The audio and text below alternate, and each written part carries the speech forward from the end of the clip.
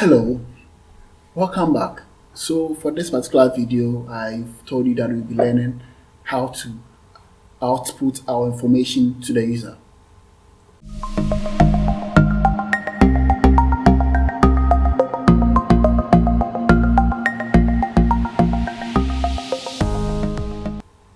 So let's go ahead and do that. So if let me recap from our last video. So what we did was that we declared variables here. We were able to assign variables, and now we have been able to declare another variable called z, where z is equals to x plus y.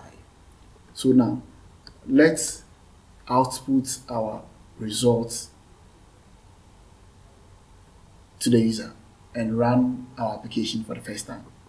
So let's click here, go to output. This what we use to output something to the user. So let's click here, output. Now let's double click. I believe now you have realized that in flowgorithm, anytime you want to enter anything in a variable or in assign variable, or you want to create a variable, you always double click on the whether the rectangle or the chart we have there. You always double click on it to open it to do the assignment or enter any expressions. So let's go ahead and enter that. Okay, we want to output x like this, and let's click OK. So what we are saying, okay, please output z. Now let's learn how to run our application in flowgorithm. So to run this particular application, what we do is that we come here and we click on run. Now realize that it's giving us that our z is 30. I think it was too fast, so let's close it and come here and select that it should run very slow for us to see what is happening step by step. So let's click on run. So you see what is happening. So it's running from top to down. Now here it will do the calculation, then here it will output. So basically that is how every programming language works. Okay, so let's do more about the outputting to the user. So for example, we want to inform the user that, okay, x plus y is equals to, instead of just saying 30. So let's go in here and let's say this. Let's output something like, so we want to type string. So let's say x plus y is equal to, then let's close it. I told you that anytime you want to type a string, we always put quotations. So now we want to enter variable. We want to add the variable to this statement. So to add, we call it concatenation in programming. So to concatenate this particular string and our output value, that is z, we need to use and sign like this, then enter the z. So what we are expecting to see, that we see something like z plus y is equals to, sorry, x plus y is equals to, then the value that will be here. Let's click OK. Then see what will happen. Okay, so let's run as very fast.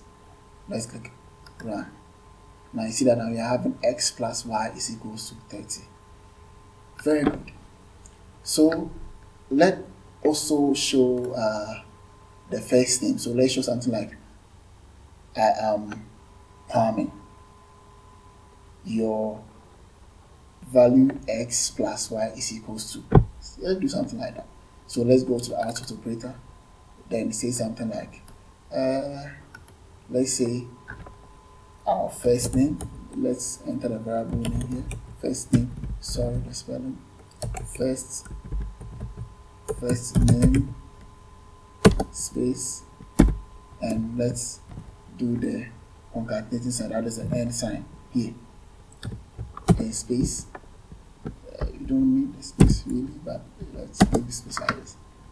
So it will be like this. It will show the first name. So it will be like I am Kwame. Then to give a little bit space, then to say that x plus y is equals to z. That is a value there. So let's say something like I am Kwame. So let's say your value x plus y is equals to something like that. So let's click OK and see how it will work. Let's run it again. Yeah. Then now you can see I am Kwame. Your value x plus y is equals to 30. So this is how we use the output operator to show something to the user. I hope by now your confidence in programming is building up a little bit. So again, flowgorithm is focusing on we understanding the concept of programming instead of using programming language to pass through that frustration. Okay, so in our next video, we will be accepting user input from the users. Again, feel free to comment if you have any questions, or feel free to contact me if you need any help. Thank you and see you in our next video.